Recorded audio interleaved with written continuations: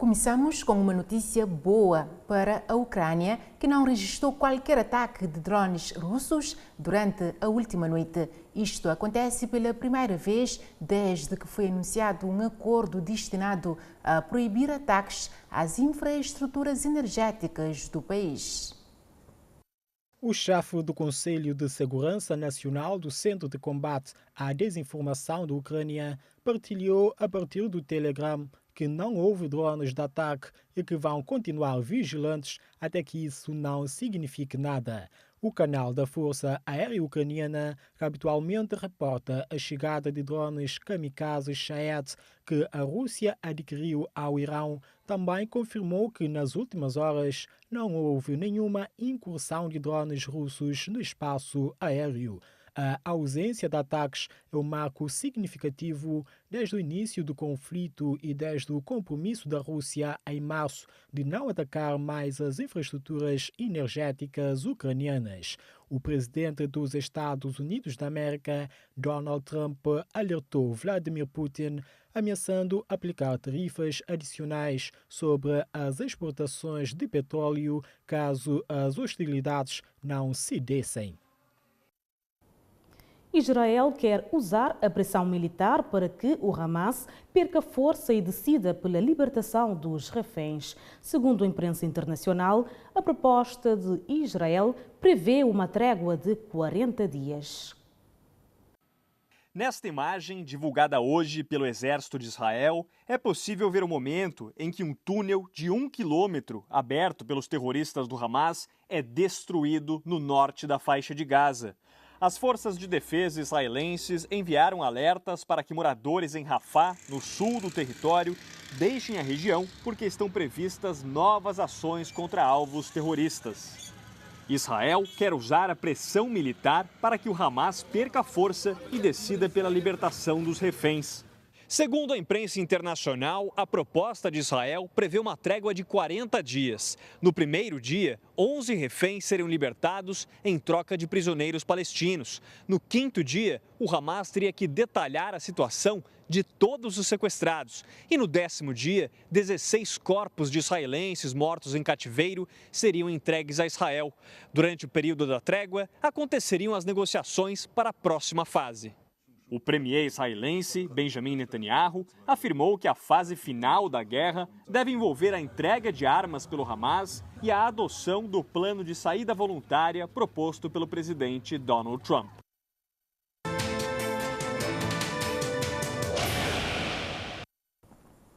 Em Paris, centenas de imigrantes foram despejados de acampamentos improvisados. Uma notícia para ver no Giro pelo Mundo. As autoridades de Paris começaram a desmantelar os acampamentos de migrantes ao longo do rio Sena, recebendo críticas por despejos e realojamentos forçados. Centenas de imigrantes foram despejados de acampamentos improvisados ao longo do Sena, em Paris, na manhã desta terça-feira. Isto decorreu no âmbito de uma operação que marcou o fim da trégua de inverno. A pausa anual nos despejos durante os meses mais frios terminou com a polícia a desocupar cerca de 100 tendas montadas nas margens do rio Sena, conforme avançou uma ONG. A organização condenou a operação, alertando que deixou os migrantes desalojados. A retirada dos migrantes seguiu-se a uma operação semelhante que decorreu em março, quando a polícia francesa removeu 450 jovens migrantes de um centro cultural ocupado na capital. O conflito no Sudão do Sul aumentou o número de deslocados e refugiados na Etiópia, propagando um surto de cólera que está a provocar uma crise humanitária de rápida evolução, conforme alertaram os Médicos Sem Fronteiras. A situação está a deteriorar-se rapidamente à medida que milhares de pessoas que fogem da violência no Sudão do Sul atravessam a fronteira à procura de segurança. Alertaram a mesma fonte.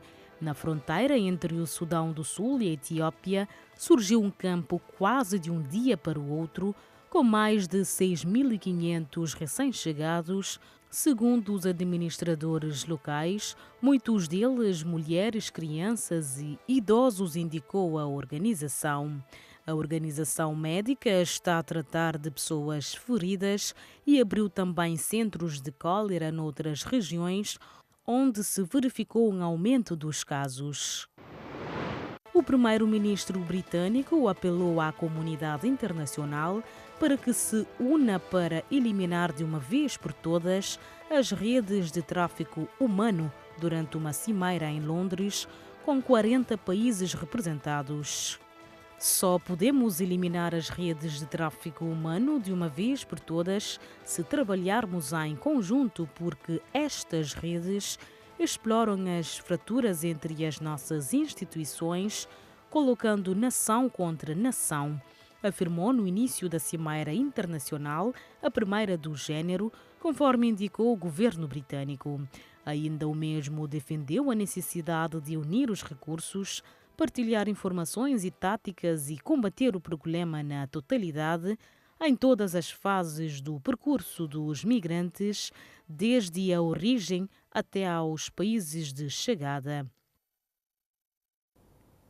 Em Portugal, terminou o prazo para as vítimas denunciarem abusos sexuais cometidos pela Igreja Católica. Em 2 anos, o grupo Vita recebeu 128 pedidos de ajuda. O prazo terminou hoje, mas a psicóloga que coordena o grupo de peritos acredita que o número possa subir nos próximos dias. Ruta Agulha explicou que já foram ouvidas muitas pessoas, mas que esse é um trabalho que deve continuar pelo menos até ao mês de julho. Até ao momento, o Grupo Vita recebeu um total de 128 pedidos de ajuda de vítimas de violência sexual no contexto da Igreja e destes, 71 são relativos também a uma possível compensação financeira, sendo que temos ainda algumas pessoas que afirmam estar a pensar. Apesar do prazo ter terminado, o grupo garantiu que podem ser aceites denúncias fora deste prazo, até porque, segundo o Ruta Agulhas, o importante é mesmo que as pessoas tomem uma decisão. As pessoas têm o seu tempo para o processo de tomar a decisão de falar. Estão anos e anos em silêncio e também não é assim de repente que se toma a decisão de falar. Muitas pessoas não estão à procura de uma compensação, mas para as que tenham essa vontade, depois de fazerem o pedido, cabe à Comissão de Instrução da Igreja Católica a responsabilidade de decidir. Apesar do valor não estar estabelecido, sabe-se que não será igual para todas as vítimas. Os montantes devem ser atribuídos até ao final do ano. A febre hemorrágica Lassa já matou 118 pessoas na Nigéria desde o início do ano. E o vírus é endêmico em alguns países da África Ocidental. Um total de 118 pessoas morreram na Nigéria desde o início do ano devido a uma nova epidemia de febre de Lassa, uma doença hemorrágica aguda, conforme anunciou o Centro Nacional de Controlo de Doenças do país. Em comunicado, o NCDC afirma que foram registrados 3.465 casos suspeitos em 33 dos 36 estados do país, excluindo a capital Abuja.